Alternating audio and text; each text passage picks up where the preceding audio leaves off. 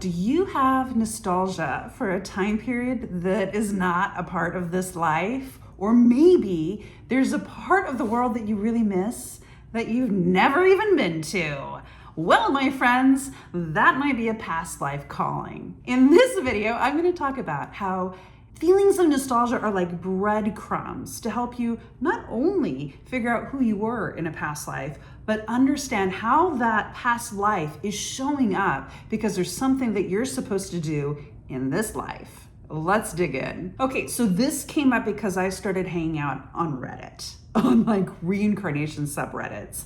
And the weird thing is there were a couple of these that came up from different people at the same time. So that's a little clue from the universe that there's something to dig into here. The thing that was particularly amusing to me is that the people that were talking about this feeling of nostalgia for a different time, we're talking about nostalgia for the 90s and early 2000s. And let me tell you, there's nothing that can make me feel older, but that somebody is feeling nostalgia for a past life that happened when I was a teenager and in my 20s.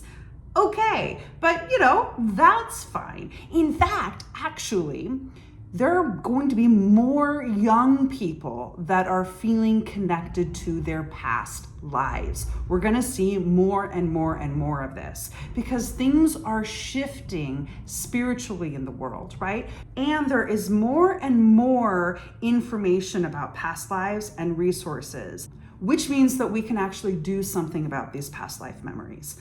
So, is nostalgia a past life memory? Short answer, yes, it is.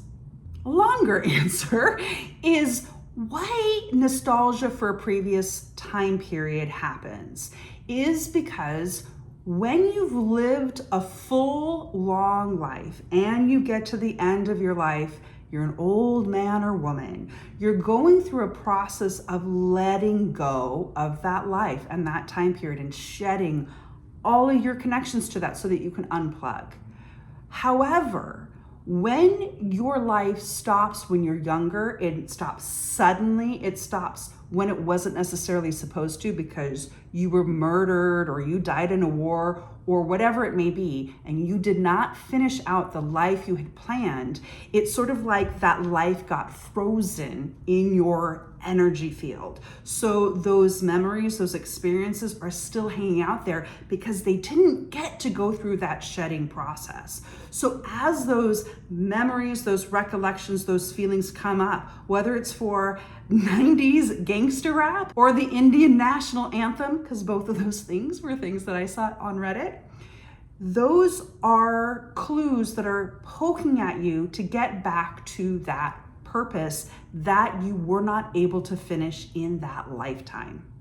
So I'm going to drill in a little bit to one of the questions from a Reddit user because they wanted me to dig into it a little bit more, and I thought it would serve as a good example. Now, this person was raised on music of this era from their parents, of course, but they talk about listening to music from the 90s and 2000s, particularly gangster rap and Southern California gangster culture, really sparks something in them that's more than just, oh, I like this music. There's a familiarity that they're experiencing. There's even, as they were playing with it, they even felt like they felt memories. Now, in my understanding of what is going on with this person is that they probably were involved in Southern California gang culture and probably had their life ended because of it. Maybe it was a gang situation, a drive-by shooting, whatever it may be. But also of note, they focus on how the music of that time period is something that really lights them up and that they're really drawn to. That is the clue, the part of it that really lights them up and they are drawn to and that provides them the most kind of nourishment as they're thinking about that time period. So my picture is that their calling had something to do around music or culture. So if this was your experience, if you are the person who is having memories or feelings or longings of a time period, I think the next thing to do would be to either A, right? Get a past life regression. There are people that you can go to that will hypnotize you to help bring past lives into play. There are also YouTube videos that you can take. I have one. I did a past life regression video. I'll link to it down below and also at the end if you want to go into a past life with my voice leading you there to see what it is you have to uncover and heal. Whatever it might be, if you're able to take the time to try to connect to that previous life, there's going to be something you're going to find in that that's going to be a clue for what you need to be working on in this life. That's why it's coming up, is because there is something that you are supposed to be getting up to in this life that you didn't finish in that previous life. You can also play around. You can play pretend. You can play what if. You can say, if I had a previous life, what do I think it may have been? Just imagine. It doesn't have to be right or wrong. That isn't important as far as this goes, right?